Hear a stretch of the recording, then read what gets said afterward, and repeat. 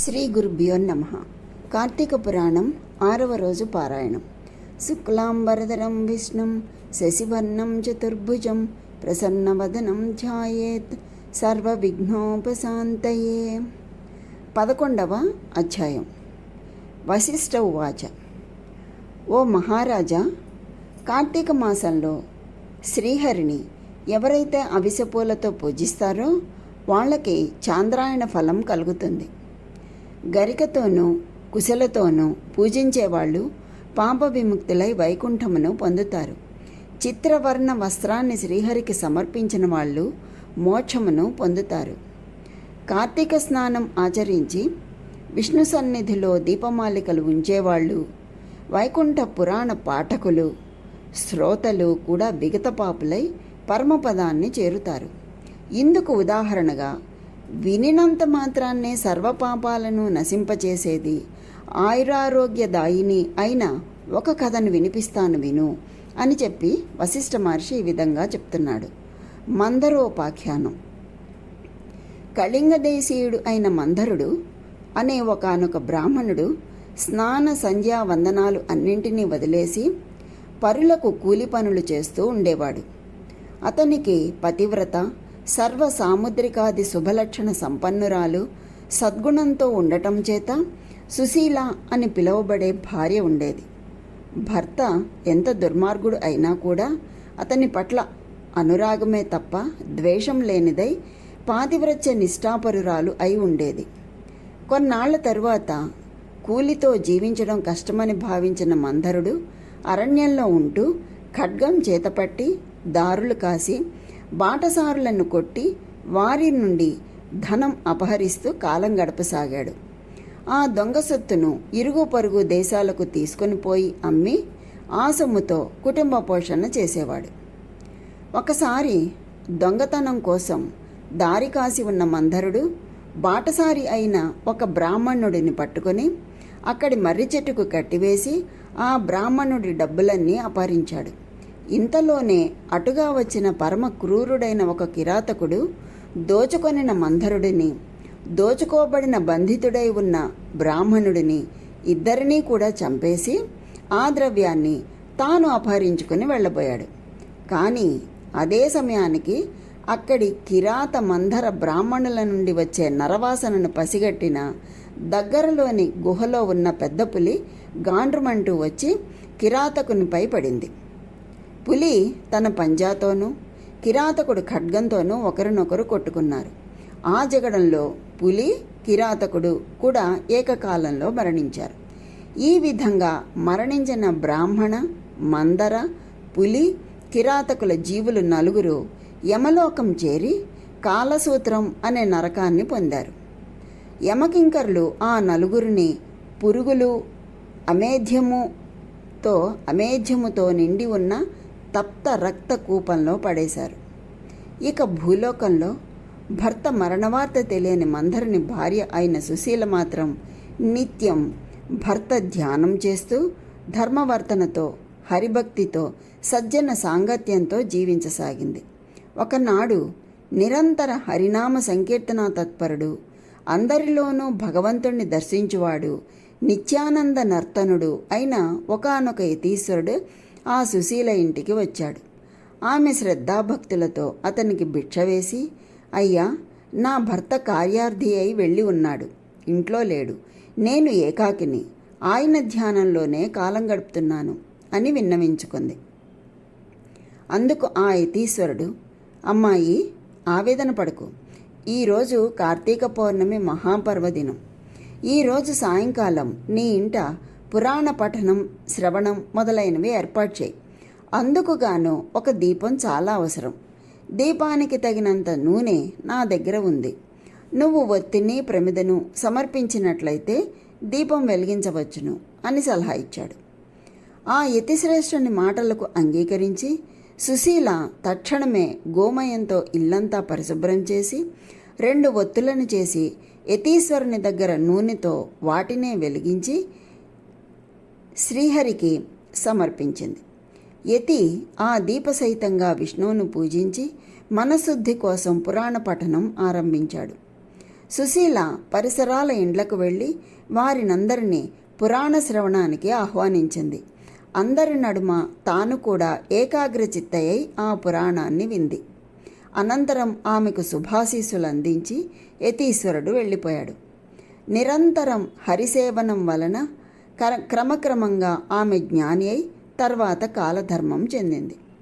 తక్షణమే శంకుచక్రాలు కలిగిన చతుర్బాహువులు, పద్మాక్షులు, పీతాంబరధరులు అయిన విష్ణుదూతలు నందనవన సుందర మందారాది సుమాలతోనూ రక్త మౌక్తిక ప్రవాళాదులతోనూ నిర్మించిన మాలికాంబర ఆభరణాలు అలంకరించుకొని ఉన్న దివ్య విమానాన్ని తెచ్చి సుశీలను అందులో ఎక్కించుకొని వైకుంఠానికి తీసుకుని వెళ్ళసాగారు. అలా వైకుంఠానికి వెడుతున్న సుశీల మార్గమధ్యంలోని నరకంలో మరి 3 జీవులతో కలిసి బాధలు పడుతూ ఉన్న తన భర్తను గుర్తించి విమానాన్ని ఆపించి దానికి కారణం ఏమిటో తెలుపవలసిందిగా విష్ణుదూతలను కోరింది. అందుకు వారు, అమ్మా, నీ భర్త అయిన ఆ మందరుడు బ్రాహ్మణ కులంలో జన్మించినా కూడా వేద ఆచారాలను వదిలేసి కూలి అయి మరికొన్నాళ్లు దొంగ అయి దుర్మార్గ ప్రవర్తన వలన ఇలా నరకాన్ని అనుభవిస్తున్నాడు. అతనితో పాటే ఉన్న మరొక బ్రాహ్మణుడు మిత్రద్రోహి. మిత్రుడు ఒకడిని చంపి ఆ ధనంతో పరదేశాలకు పారిపోయి వెడుతూ నీ భర్త చేత బంధితుడు అయ్యాడు. అతగాడి పాపానికి గాను ఇతను నరకం చేరవలసి వచ్చింది. 3వ వారు కిరాతకుడు. బంధితుడైన ఆ బ్రాహ్మణుడిని నీ భర్తను కూడా చంపివేసిన పాపానికి గాను ఇతడు నరకమును చేరవలసి వచ్చింది. ఇక 4వ జీవి ఒక పులి. ఆ పులి అంతకు పూర్వజన్మలో ద్రావిడ బ్రాహ్మణుడు అయి ఉండి ద్వాదశి రోజున భక్ష్యాభక్ష్య విచక్షణ లేకుండా ఆచరించిన తైలాదికం చేసిన భోజనం తినడం వలన నరకం పొంది పులిగా పుట్టి ఈ కిరాతకునితో దెబ్బలాటలో అతనితో పాటే నరకాన్ని చేరాడు. ఈ 4 నరకయాతనలకు కారణాలు ఇవే తల్లి అని చెప్పారు. ఆ తర్వాత సుశీల విష్ణుదూతలను చూసి ఏ పుణ్యం చేసినట్లయితే వాళ్లకు ఆ నరకం తప్పుతుందో చెప్పమని కోరగా, వైష్ణవులు కార్తీక మాసంలో నీ చేత ఆచరించబడిన పురాణ శ్రవణ ఫలితాన్ని దారబోయడం వలన నీ భర్త పురాణ శ్రవణార్థమై నువ్వు ఇంటింటికి వెళ్ళి ప్రజలను పిలిచిన పుణ్యం ధారపోయటం వలన మిత్రద్రోహి అయిన బ్రాహ్మణుడు ఆ పురాణ శ్రవణార్థమై నువ్వు సమర్పించిన 2 వత్తుల పుణ్యాన్ని చెరిసగం ధారపోయటం వలన కిరాత వ్యాఘ్రాలు నరకం నుండి ముక్తిని పొందుతారు అని పలికారు. అలా వాళ్ళు చెప్పిందే తడవుగా సుశీల ఆయా విధాలుగా తన పుణ్యాలను వారికి ధారపోయడంతో ఆ 4 నరకం నుండి విముక్తులై దివ్య విమాన అధిరోహిలై సుశీలను వివిధ విధాలుగా ప్రశంసిస్తూ మహాజ్ఞానులు పొందే ముక్తి పదానికై తీసుకొని పోబడ్డారు. కాబట్టి ఓ జనక మహారాజా, కార్తీక మాసంలో చేసే పురాణ శ్రవణం వలన హరిలోకం తప్పనిసరిగా పొందుతారు అని తెలుసుకో. ఇంతటితో మనకి 11వ అధ్యాయం సంపూర్ణమైంది. 12వ అధ్యాయం. మళ్ళీ వశిష్ఠుడు జనకునికి ఇలా చెప్పసాగాడు. ఓ రాజా, కార్తీక మాసంలో వచ్చే సోమవార మహత్యం విని ఉన్నావు. ఆ కార్తీక సోమవారం ఎంత ఫలాన్ని ఇస్తుందో అంతకంటే కార్తీక శని త్రయోదశి 100 రెట్లు, కార్తీక పూర్ణిమ 1000 రెట్లు, శుక్ల పాడ్యమి 1,00,000 రెట్లు, శుక్ల ఏకాదశి 1,00,000 రెట్లు, ద్వాదశి లెక్కలేనంత అనంతమైన ఫలాలను అదనంగా ప్రసాదిస్తాయి. మోహం చేత అయినా సరే శుక్ల ఏకాదశి నాడు ఉపవాసం ఉండి మరుసటి రోజు అంటే ద్వాదశి నాడు బ్రాహ్మణులతో కలిసి పారణ చేసేవాళ్ళు సాయుధ్య మోక్షాన్ని పొందుతారు. ఈ కార్తీక శుద్ధ ద్వాదశి నాడు అన్నదానం చేసిన వారికి సమస్త సంపదలు అభివృద్ధి చెందుతాయి. రాజా, సూర్యగ్రహణ సమయంలో గంగా తీరంలో 1,000,000 మంది బ్రాహ్మణులకు అన్న సమారాధన చేయటం వలన ఎంత పుణ్యం కలుగుతుందో అంత పుణ్యము కూడా కేవలం కార్తీక ద్వాదశి నాడు ఒక్క బ్రాహ్మణుడికి అన్నం పెట్టడం వలన కలుగుతుంది. 1000 గ్రహణ పర్వాలు, 10,000 వ్యతిపాత యోగాలు, 1,00,000 అమావాస్య పర్వాలు ఏకమైనా కూడా ఒక్క కార్తీక ద్వాదశిలో 16వ వంతు కూడా చేయవని తెలుసుకో.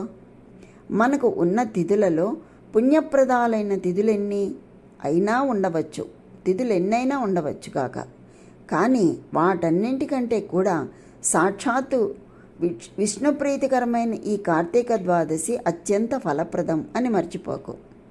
మనకు ఉన్న తిథులలో పుణ్యప్రదాలైన తిథులెన్ని ఉన్నా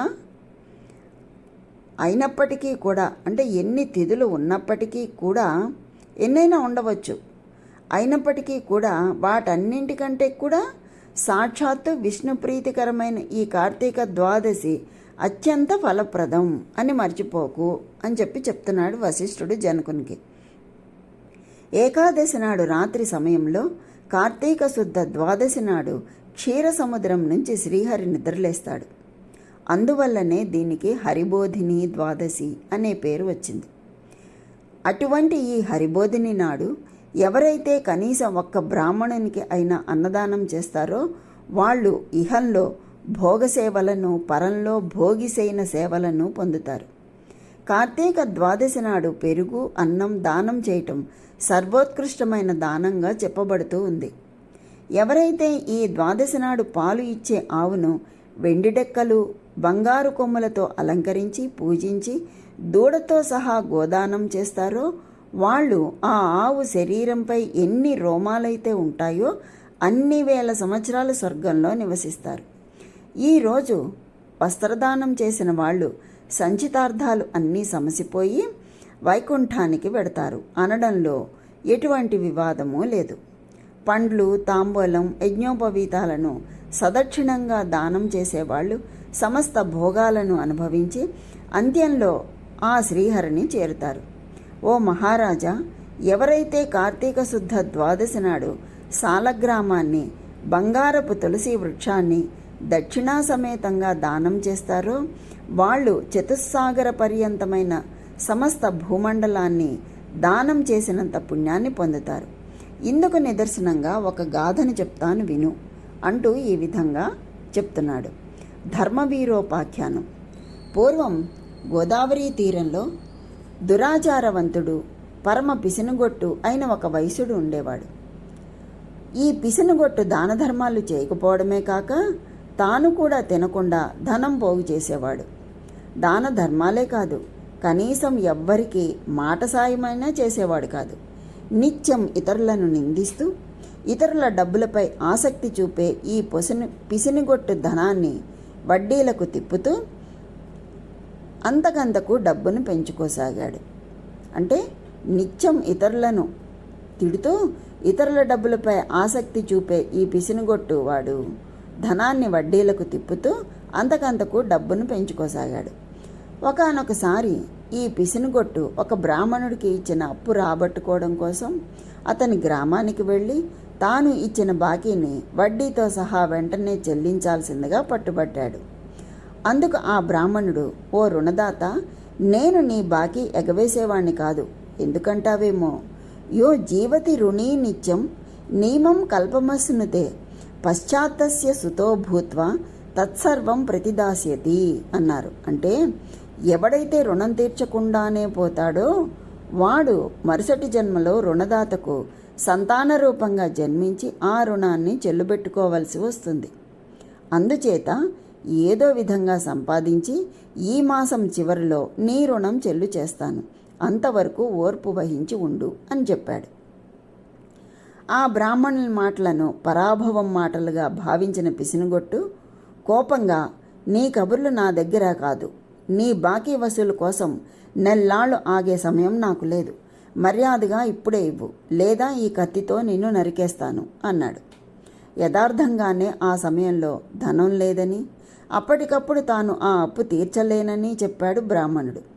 మరింత మండిపడిన ఆ పిసినారి బ్రాహ్మణుణ్ణి జుట్టుపట్టుకుని లాగి నేల మీద పడదోసి కాలితో తన్ని అప్పటికీ కోపం తీరక కత్తితో ఒక్క వేటు వేశాడు.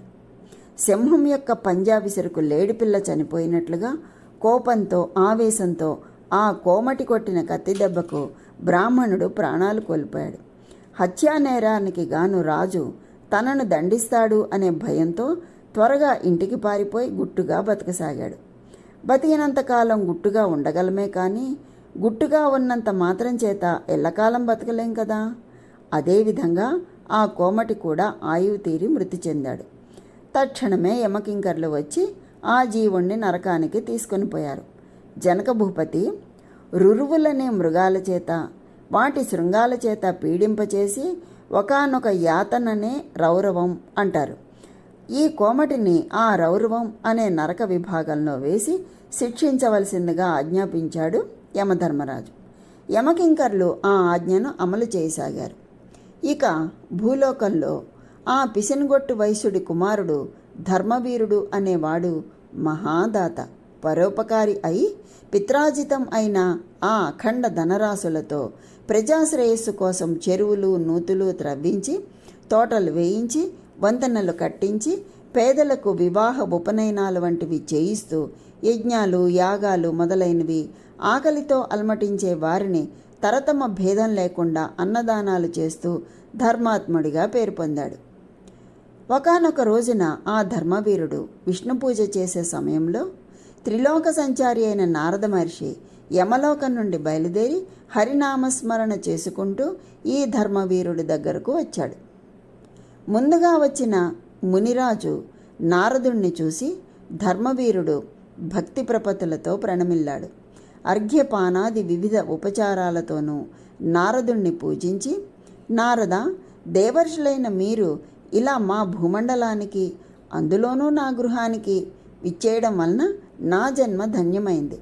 హే దివ్య ప్రభువా, నేను నీ దాసుడనే. నన్నేమి చేయమంటావో ఆజ్ఞాపించు. నువ్వేం చెప్తే అదే చేస్తాను అని వినయపూర్వకంగా వేడుకున్నాడు.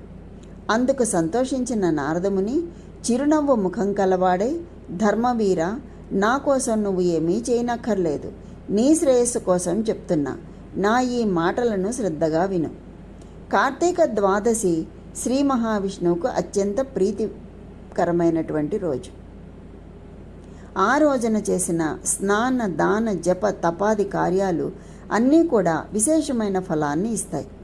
ధర్మవీర, సూర్యుడు తులారాశిలో ఉండగా కార్తీక ద్వాదశి నాడు ప్రాతస్నానం చేసి సాలగ్రామ దానం చేసేవారు దరిద్రులు కానీ, ధనికులు కానీ, యతులు కానీ, వానప్రస్థులు కానీ, బ్రాహ్మణులు కానీ, క్షత్రియులు కానీ, వైశ్యులు కానీ, శూద్రులు కానీ, స్త్రీలే కానీ, వాళ్ళు ఎవరైనా సరే జన్మ జన్మాంతరాలలో చేసినటువంటి పాపాలను దహింపచేసుకున్న వాళ్ళే అవుతారు. ఎప్పుడు? ద్వాదశి రోజున స్నాన దాన జప తపాది కార్యాలు అన్నీ చేసినటువంటి అన్నీ కూడా విశేషమైన ఫలితాన్ని ఇస్తాయి. మరో ముఖ్యమైన విషయం చెప్తాను విను. నీ తండ్రి మరణించి యమలోకంలో పడరాని పాట్లు పడుతున్నాడు. అతనికి నరకబాధ విముక్తిని సంకల్పించి నువ్వు కార్తీక ద్వాదశి నాడు సాలగ్రామ దానం చెయ్యి అని చెప్పి నారదుడు చెప్పినదంతా విని నవ్వేశాడు ధర్మవీరుడు. ఇలా అడిగాడు, నారదమునీంద్ర, నా తండ్రి పేరున గో భూ తిల సువర్ణ మొదలైన దానాలు ఎన్నో చేశాను. వాటి వల్ల వెలువరింపబడని నరకయాతన కేవలం సాలగ్రామం అనే పేరు కలిగిన రాతిని దానం చేస్తే సాధ్యమవుతుందా? అయినా ఆ సాలగ్రామం అనే రాయి ఎందుకు ఉపయోగపడుతుంది? తినడానికి పనికిరాదు, అలంకారానిక నవరత్నాలలోనిది కాదు. ఏ రకంగానూ ఎవరికీ కూడా పనికిరాని దాన్ని నేనెందుకు దానం చేయాలి? రాతి దాతకు కీర్తి ఉండదు, ఆ దానం పట్టిన వాడికి సుఖం ఉండదు. కాబట్టి ఆ సాలగ్రామ దానం నేను చెయ్యను అన్నాడు. నారదుడు ఎంత అనునయంగా చెప్పినా కూడా ధర్మవీరుడు తన మూర్ఖత్వాన్ని వదలనూ లేదు, సాలగ్రామ దానానికి అంగీకరించనూ లేదు. అంతటితో నారదుడు వెళ్ళిపోయాడు. మరికొంతకాలానికి ధర్మవీరుడు మరణించాడు. గౌరవనీయులు సర్వహితాత్ములు అయిన పెద్దల మాటలను పాటించని పాపానికి సాలగ్రామ దానం చేయకపోవటం వలన నరకానికి చేరుకున్నాడు. ఆ తర్వాత 3 సార్లు పులిగాను, 3 సార్లు కోతిగాను, 5 సార్లు ఆంబోతుగాను, 10 సార్లు స్త్రీ జన్మగాను జన్మించి వైధవ్య పీడ పొందటం జరిగింది. మళ్ళీ 11వ జన్మలో కూడా ఒకానొక యాచకుడికి పుత్రికగా పుట్టాల్సి వచ్చింది. పూర్వకర్మల వలన పెండ్లి కుమారుడు తొందరగా మరణించడంతో ఒక్కగానొక్క కూతురికి కలిగిన వైధవ్యానికి చింతించి ఆ యాచక బ్రాహ్మణుడు జ్ఞానదృష్టితో తన కూతురి పూర్వజన్మల పాపఫలాన్ని తెలుసుకున్నాడు. ఆ విషయాలు అన్నీ ఆమెకు వివరంగా చెప్పి కార్తీక సోమవారం రోజున వేదోక్తంగా జన్మార్జిత పాపనాశనం కోసం సాలగ్రామ దానాన్ని చేయించాడు. ఆ పుణ్య ఫలావ్యాప్తి వల్ల మరణించిన పెండ్లి కొడుకు పునర్జీవితుడయ్యాడు. ఆ దంపతులు ఇహజీవితాన్ని ధర్మ కామ సౌఖ్యాలతో గడిపి కాలాంతరం తరువాత స్వర్గం చేరి పుణ్యఫలాలను అనుభవించే అర్హులయ్యారు. తరువాత ధర్మవీరుడు 23వ జన్మగా ఒక బ్రాహ్మణ ఇంట్లో శిశువుగా పుట్టి పూర్వజన్మలో చేసిన మహత్వపూర్వకమైన సాలగ్రామ దాన పుణ్య విశేషం వల్ల జ్ఞాని అయ్యి ప్రతి సంవత్సరం ప్రయుక్త కార్తీక సోమవార పర్వదినాలలో సాలగ్రామ దానాన్ని ఆచరిస్తూ ఆ పుణ్యఫలం వల్ల రౌరవగతుడు అయిన ఇతని తండ్రి కూడా నరకం నుంచి విముక్తుడయ్యాడు. కాబట్టి జనక మహారాజా, కార్తీక మాసంలో సాలగ్రామ దానం చేత విష్ణువు సంప్రీతుడై విశేష పుణ్యాన్ని కల్పిస్తాడని ధృవపరుచుకో. ఎంతటి పాపానికైనా సరే కార్తీక మాసంలో సాలగ్రామ దానం చేయటమే సర్వోత్తమైన ప్రాయశ్చిత్తం. ఇంతకు మించిన ప్రాయశ్చిత్తం మరొకటి లేదు అనటంలో ఏమాత్రం అతిశయోక్తి లేదు. ఇది స్కాంద పురాణాంతర్గత కార్తీక మహత్యంలోని 11, 12 అధ్యాయాలు సంపూర్ణం. దీనితో మనకి 6వ రోజు పారాయణ సంపూర్ణమైంది. ఈరోజు చేయవలసినటువంటివి ఏమిటి, చేయకూడనివి ఏమిటి? ఇష్టమైనవి ఉసిరి ఈరోజు తీసుకోకూడదు. చిమ్మిలి దానం చేయాలి. సుబ్రహ్మణ్యేశ్వరుణ్ణి పూజించాలి. ఓం సుం భ్రం సుబ్రహ్మణ్యాయ స్వాహ అనే మంత్రాన్ని జపించుకోవాలి. దీనివల్ల కలిగే ఫలితం సర్వసిద్ధి, సత్సంతానం, జ్ఞానలబ్ధి కలుగుతాయి. కనుక ఈ 6వ రోజు పారాయణ ఈ విధంగా మనం సంపూర్ణం చేసుకోవాలి. కనుక ఆ హరిహరాదుల అనుగ్రహం అందరికీ కలగాలని కోరుకుంటూ స్వస్తి.